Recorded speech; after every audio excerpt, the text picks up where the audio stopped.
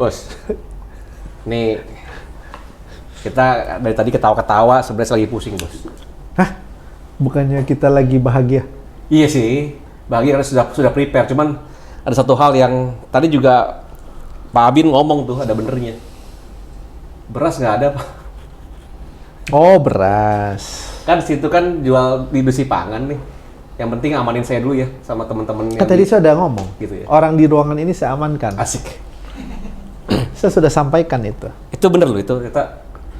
Ya, memang saat ini seperti yang kita bahas di episode pertama. Mengapa kita mengadakan talk show podcast ini, ya kan? Adalah karena kita sudah mengetahui bahwa akan terjadi hal-hal ini, ya kan? Bahwa salah satunya beras ini akan terjadinya kekurangan, shortage, gitu kan? Yep. Dan ya ini sedang realisasi saja. Soalnya tadi juga Pak Abin ngomong kan, yang biasa istrinya beli toko beras itu, toko berasnya tutup sekarang. Ya karena nggak ada barangnya. Bukan mereka nggak mau buka, tapi nggak ada stoknya. Dan itu bukan terjadi satu toko, banyak toko. Sekarang kalau kita nggak punya supplier kuat, ya udah nggak dapat barang. Di saat ini benar-benar bahwa kita punya uang pun belum tentu bisa beli beras nih.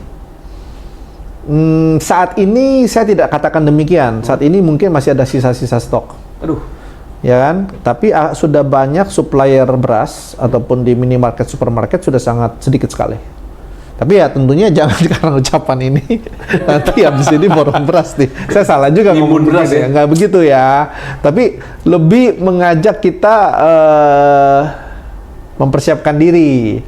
Ya memang salah satunya kalau punya beberapa karung sih oke juga.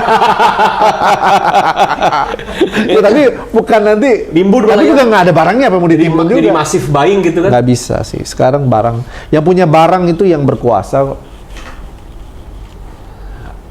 Ada nggak sih undang-undangnya Pak bahwa kita nggak boleh stok? Ada apa? Nimbun nggak boleh memang. Kalau beras nggak boleh emang ya? Ya konteksnya nimbun buat apa nih? Nimbun untuk disimpan saja atau memang untuk perputaran usaha kan? Maksudnya apa nih? Nimbun buat survive. Ya nggak bisa sampai nggak ada stok barang gimana Bos? Beras kan berkutu, mana bisa? Ini kalau simpennya gimana cara simpennya Pak? Harus ini mau dibahas nih. Saya tahu nih caranya. Supaya saya bisa mikir, saya bukan nimbun, saya mau stok beras agak banyak supaya aman nih. Vakum. Oh, vakum. Di vakum. Itu akan lebih panjang usia beras ya. Waduh. Ini agak kacau nih. Ini sampai kalau ngomong soal beras ini kan karena salah satu. Tapi kalau buat kita kan bagus. Daya tahan pangan apa? Bagus apa? Ya bagus lah, kita kan sudah pemakan semua, nggak tergantung beras kita ini. Lah, iya kan? Nggak tahu, coach masih tergantung ya? Enggak sih. Udah enggak kan? Kita makan daging oke, sayur oke, buah oke. Aman. Apalagi kita sekarang ini pola hidup sehat kan? Jauhi diabetes kan? Iya, jadi kita aman. Tapi tetaplah butuh beras. Iya, tapi kan porsi kecil. Apalagi coach sudah lama nggak olahraga kan? Sudah mulai lagi saya. Nggak bersifat saya lagi mikirnya gini. Ya ini kita... coach saya loh ini loh. Tapi sudah lama jadi nggak olahraga. Paling bisa dia. Gimana saya mau olahraga loh? Saya buktikan. Saya olahraga kembali. Ayo ikut ya apa enggak? Saya gini, kita kan nggak hanya ngomongin buat diri kita sendiri ya. Kita terlalu kecil untuk ngomongin diri sendiri ya. Kita ngomongin skup besar itu adalah Indonesia.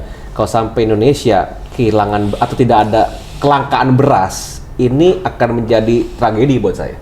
Karena kita dari kecil di sini ngomongin ya, kalau belum makan nasi kayak belum makan, kan gitu. Itu apa ya?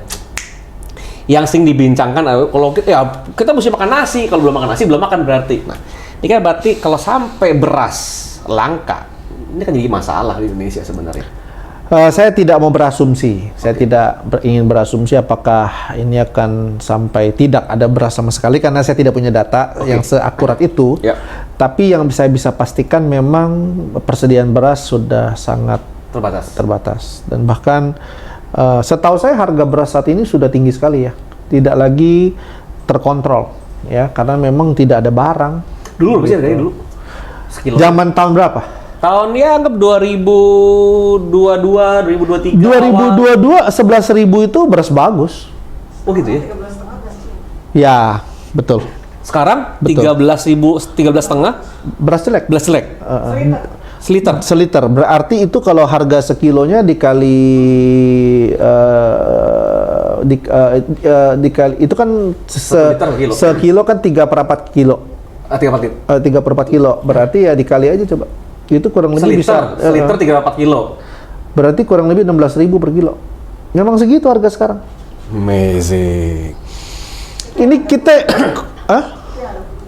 Yang ada kutunya. Iya, Naik udah 5.000 tuh naiknya. betul. Udah kayak beras bansos. Betul. Amazing. Jadi memang itu mungkin ibu ya yang tiap hari belanja jadi Betul. tahu. 16.000 ada kutunya. Iya, pokoknya jelek lah warnanya agak-agak kuning gitu. Wah, Terus ini- itu yang ada yang masih ada gabah-gabah. Wah, amazing. 16.000 yang ada kutunya masih ada gabahnya kurang bagus. Karena memang lagi nggak ada barang. Nah, ini bahayanya adalah perekonomian Indonesia akan terguncang kalau sampai daya Bukannya sudah terguncang. tahan. Wah, ini dia nih. Bukan akan terguncang. Oh, Ini sudah terguncang. Loh, memang sudah kenyataannya kan? Jadi pemilu gimana nih, Pak? Hah? Nih pemilu nih Pak urusannya Pak. Nggak, maksudnya hubungan guncangan dengan pemilu atau apakah pemilu akan berjalan karena ada guncangan? Oh enggak, pemilu pasti akan tetap jalan. Kan Tetap sudah jalan, disetting, oke. gitu Oke, kan. jadi- Kan tinggal berapa hari lagi? Itu udah lewat sebenarnya. Besok ya. Besok kita pemilu. Ya itu dia. Berarti ini di-record ya Bang ya? Kita record kan? Buat Iya, di record sih. record ya, record ya. Itu style multimedia di record. Kameranya sih ke sini. Iya. Cuman ya ini berarti kan istilahnya presiden terpilih harus menanggulangi ini karena kalau kelangkaan beras itu sama dengan ketahanan pangan. Ketahanan pangan ini berdampak kepada perekonomian Indonesia pastinya. Nah ini yang apa yang bisa kita lakukan, Pak? Apa yang mesti kita lakukan? Karena ini sebenarnya sudah kita bahas di episode pertama, bongkar. Bulan Agustus 2023. Betul banget. Jadi kalau ada yang percaya nggak percaya itu sudah terjadi sebenarnya sekarang ini. Kalau dulu Iya. masih masa sih, sekarang sudah terjadi. Sudah terjadi. Episode pertama itu ya. Iya. Memang kan tujuan kita ngadain podcast ini adalah untuk reminding kan. Kalau nggak ngapain buang waktu. Setuju. Bukan Maksudnya, nakutin. Bukan untuk mengingatkan kita untuk siap. Sedih ya. Menurut saya apakah akan sampai nggak ada beras? Tidak. Ada pasti. Cuma mungkin akan Kita mahal. berdoa lah ya. Akan mahal. Akan mahal. Dan bulan nanti mungkin setelah Lebaran ya panen sudah mulai bermunculan. Tapi ya nggak bilang nggak ada gejolak pastinya karena kan harganya tinggi, sulit didapatkan. Itu dia. Gitu. Ya pemilu jalan-jalan aja Pak, Coach. Aman. Iya, tapi ya presiden terpilih memang harus segera.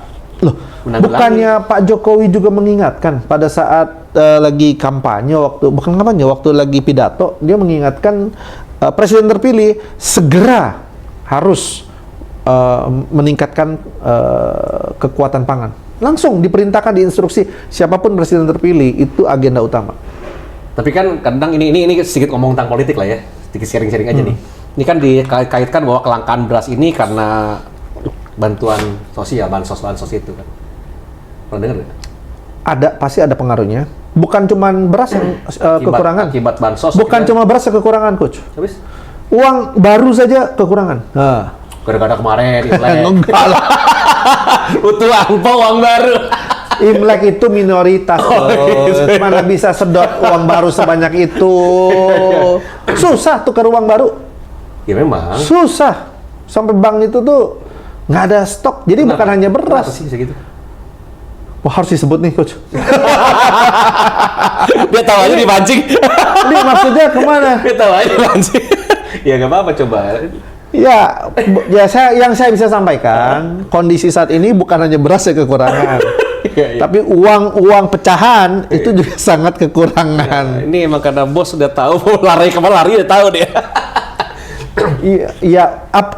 Saya menjawab tapi nanti kan kita juga berdua yang berurusan. Bukan saya sendiri. Buat keselamatan coach juga. Daripada hilang gitu ya. Ya. Daripada nanti take down kan. Tiba-tiba edisi yang episode sekian Ini hilang gitu ya. 20 sekian take down gitu kan. Enggak ya.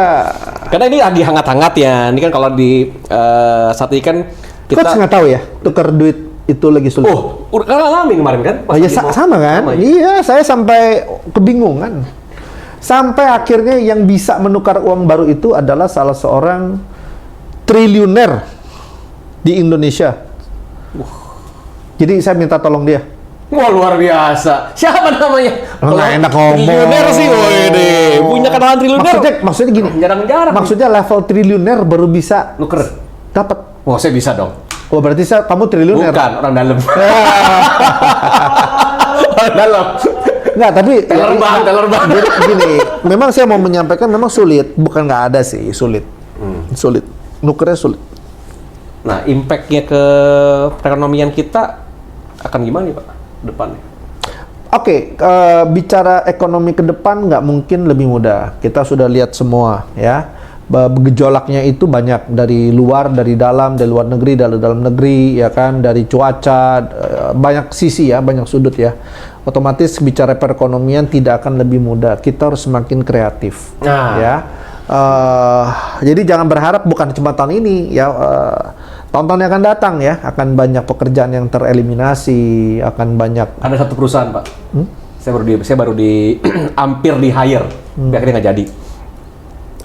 Satu perusahaan cukup besar tidak pernah mem-PHK, melay-off karyawannya, baru melay-off 1.000 karyawan.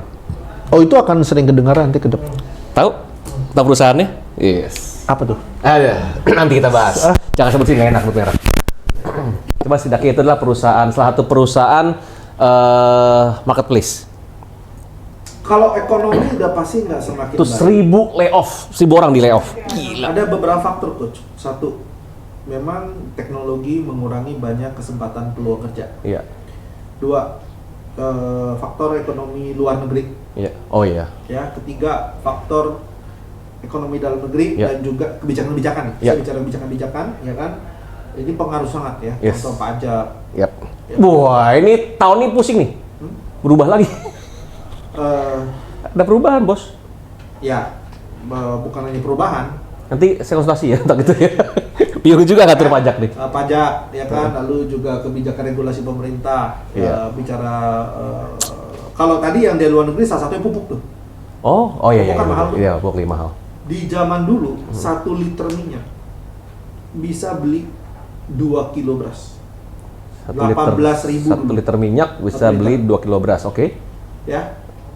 Dulu kan 1 liter minyak 18.000. Ya, oke. 1 kilo beras 9.000. 2.000, betul. 1 liter beras, 1 liter minyak 2 kilo beras. Ya. Sekarang harga pupuk naik tinggi. Kelapa sawit itu makanannya pupuk. Ya. 1 liter minyak hanya di 15-16.000 ya. Wow, oke. Minyak subsidi. Sama dengan 1 kilo beras. Gila. Dulu 1 liter minyak bisa 2 kilo beras. Sekarang 1 liter minyak 1 kilo beras. Sama bandingnya ya. Satu ya. Padahal harga pupuk naik tinggi. Nah, ini faktor yang dari luar negeri nih. Oh, I see. Ya kan, faktor dalam negeri ya, tadi ya kebijakan pemerintah yang tiba-tiba, kebetulan ada teman juga di kelapa sawit yang tiba-tiba tidak boleh ekspor. Akhirnya kan ini kan mengacaukan. Nah, berarti sebenarnya apa lagi? Oke, satu lagi. Tadi kita ngomong apa ya? Yang bisa mengguncang perekonomian. Ya, itu kan teknologi. Kebijakan dalam negeri, ke luar negeri. Ya kan? Dari apa tuh namanya tuh ya? Cuaca, ya, oke. Iklim. Ya, banyak faktor lah ini. Iklim juga bagus. Mempengaruhi sangat ya kan? Sekarang juga main kopi juga lagi naik banget harganya karena iklimnya lagi kacau banget. Nah, jadi politik banyak faktor lah ya dalam negeri itu ya. That's it. Nah, akhirnya memang ekonomi tahun ini udah pasti nggak akan lebih baik dan belum tentu tahun depan juga lebih baik. Yang pasti kitanya yang harus siap dan kreatif. Makanya kenapa podcast ini kita adakan adalah jangan mendoakan atau berdoa seolah-olah kondisi mendukung kita. Tapi kita yang harus siap menghadapi kondisi yang tentunya di luar kendali kita. Oke. Tadi kan berarti kan ada kebijakan dalam negeri, kebijakan luar negeri dan sebagainya. Berarti pemilihan presiden pun juga akan kena dampak dong. Nanti kata siapa yang kita pilih akan berdampak ke dalam diri kita, ke dalam. Secara jangka panjang ya. Nah ini. Kalau secara jangka pendek ya tentunya. Nah ini. Hidupmu sama saja. Jadi siapapun yang terpilih, hidupmu sama saja ya. Jangka pendek. Jangka pendek. Jangka panjang? Oh pengaruh dong. Nah, milih siapa? Saya. So jelas, bukannya saya sudah sampaikan beberapa bulan yang lalu. Kan tadi podcast. Nanti saya dibilang penggiringan lagi. Nah, ini kayaknya sebenarnya tayangnya after pemilu deh. Apa kita cepatkan malam hari ini? Serangan fajar. Ya, intinya sih sebenarnya kalau menurut saya memang 1, 2, 3. pasti salah satu di antara itu. Oh iya. 1, 2, 3. 1, 2, 3. Ya kan? 3, 2, 1. Ya kan? Yang pasti Satu. harus disebut ya? Harus disebut ya? Enggak, sebenarnya kalau maunya atau nyatanya? maunya satu putaran. Satunya maunya. Karena nggak berlarut nih. Karena kan investasi luar negeri, kebijakan dalam negeri, semua kan tergantung pemilu nih. Betul kan? Jadi kalau bisa satu putaran kelar gitu loh. Kalau 2 putaran Juni. Kalau yang penting jangan berputar-putar ya. Nah, itu pusing lagi waktu putar Pak. Bisa mabuk kita, bisa vertigo kita. Ya, banyak hal yang tidak bisa disampaikan di dalam podcast ini. Iya. Tapi kalau memang tertarik, silakan chat aja. Nanti kita WA-WA-an. Chat aja ya. Oke, nah ini karena masing-masing. Yang pasti kita jangan menyimpang ke kiri, menyimpang ke kanan. Kalau kerja tuh lurus saja. Ambil jalan tengah lah ya. Yang penting kita udah mulai menjurus sudah mulai ngeri nih. enggak, ya bener. Kalau kondisi udah banyak gejolak, kita otaknya ke kiri dan ke kanan, bingung juga. Pusing lah. Mendingan lurus aja lah. Otak kita yang lempeng lah. Lempeng aja. Kalau nggak lempeng, udah kondisi kacau, tambah kacau, tambah bahaya. Tambah nggak lempeng dong. Oke lah kalau udah minggir jurang dikit nih. Kita kalau ngomong soal ini ya berarti ya, apa sih yang mesti kita bukan saat ini sudah bukan lagi temanya kita berbicara tentang persiapan. Tapi berbicara adalah apa yang mesti kita lakukan sekarang, bukan persiapan lagi sudah. Tetap ya, karena kita sudah ada di dalam medannya ya. Betul. Mungkin ya. Tetapi ya memang sih saat ini sih sudah ada di dalam medan. Jadi ya kenapa bahasa persiapan? Nggak ada persiapan, Pak. Terima kasih ya sudah menyadarkan saya. Persiapan itu sebelum terjadi ya. Ini sudah ada di dalamnya ya. Udah siap harus perang nih. Udah nggak bisa siap-siap lagi. Ya juga sih. Saya masih ngomongnya persiapan terus ya. Karena hati saya tuh begitu. Saya tuh sekarang itu hati saya tuh demikian, di posisi itu terus. Jadi saya tidak fokus dengan kondisi saya saat ini, mungkin masih baik lah ya, kita masih normal hidupnya dan sebagainya, tapi saya mind state-nya sudah di posisi siaga terus gitu. Makanya saya ngucapnya siaga terus. Padahal sudah ada di dalam. Berarti tinggal attack or die gitu loh. Ya menurut saya itu balik lagi kalau saya pribadi kreatif ya, harus lebih ya ibaratnya apa yang perlu dibuang-buang, apa yang perlu direlakan, lebih fokus. Oke. Itu ya, lebih fokus lah ya. Lebih fokus. Ke, seperti pilihan juga ya. Pilihan. Jadi kita memilihnya tuh jangan, kadang-kadang kan orang gitu sayangnya nggak bisa sayang. Kalau kita terlalu banyak yang dipikirkan, dikerjakan, ya kan otomatis tidak membuahkan hasil ya. Karena energinya nggak terpusat gitu loh, untuk menerobos gitu. Ya lebih fokus, lebih kreatif, lebih milih apa yang perlu dipikirkan, apa yang tidak, apa yang perlu dirasakan, apa yang tidak. Ya kan kadang-kadang orang baper-baperan begitu kan, kebanyakan downtime-nya kan, bapernya 3 hari, downtime 3 hari. Ini hari gara-gara on lagi. Gara-gara masalah paslonnya bisa keluarga berantakan. Maksudnya? Ini gara-gara memilih presiden siapa bisa berantem pilihan. Masa sih? Oh iya bos. Anggaplah lagi Imlek kemarin gitu kan, kumpul keluarga ngomong pilih siapa, ada yang pilih 1, ada yang pilih 2, ada yang pilih 3, berantem Pak. Masa? Iya, dari kumpul keluarga malah gara-gara 1, 2, 3 itu ribut. Nah itu sudah. Nah itu baper, karena pilihan boleh berbeda, cuma nggak bisa ngomong adalah wah militan begitu, nggak bisa sudah. Ya lah itu harus dewasa ya. That's it. Pilihan silakan aja masing-masing. Itu ya Pak, itu yang konteksnya. Jadi kalau coach pilih apa? Kalau saya memilih itu hidup. Itu hidup. Ya sama. Jadi coach kemarin juga dalam kubu di antara ketiga keluarga ini, dalam tiga kubu keluarga sebagian. Saya milih jalan tengah. Jalan tengah. Supaya nggak ribut. Jalan tengah aja. Ya, jadi kita ngumpul-ngumpul, udah ribut-ribut aja gimana sih? Nggak usah ribut-ribut lah. Yang penting kita semua sama-sama memilih untuk lebih hidup lah. Ya, memang kita harus ada jadi tengah sih ya, supaya hidup gitu. Hati-hati. Nah, kalau kita berpihak ke kiri dan ke kanan kan bingung. Iya, ya. itu betul. Kita nggak berpihak ke siapapun gitu kan. Cuman emang kalau sudah kalau di keluarga kalau kita berpihak kan pada ribut. Itu makanya. Makanya netral lah. Netral konteksnya adalah sebenarnya sama. Memilih presiden seperti memilih hidup. Iya sih. Jangan sampai salah pilih. Memang gini, secara memang apa yang kita pilih tahun ini tuh menentukan nasib Indonesia 5 tahun depan. Puluhan tahun ke depan. Oh, itu menarik. Ya. Karena sebenarnya posisi Indonesia sudah semakin baik dari sebelumnya di mata dunia. Kita nggak bicara secara ekonomi kita lebih mudah, tidak. Setuju. Kalau memang presiden terpilih ini bisa melanjutkan dengan bijaksana, ya kan ini akan membawa Indonesia ke level yang lebih tinggi. Ya mudah-mudahan lah ya. Kita berdoa ya Indonesia ada pemimpin yang bijaksana lah ya. Yes. Untuk setuju banget. membawa kita semua ke titik level lebih tinggi lagi. Nah, ini adalah kalau kita balik lagi salah milih bisa runyam. Gitu ya. Sama dengan pilihan hidup kita. Kita harus bisa memilih mana yang mau kita buang, memilih mana yang mau kita fokusin untuk kita bisa lebih baik.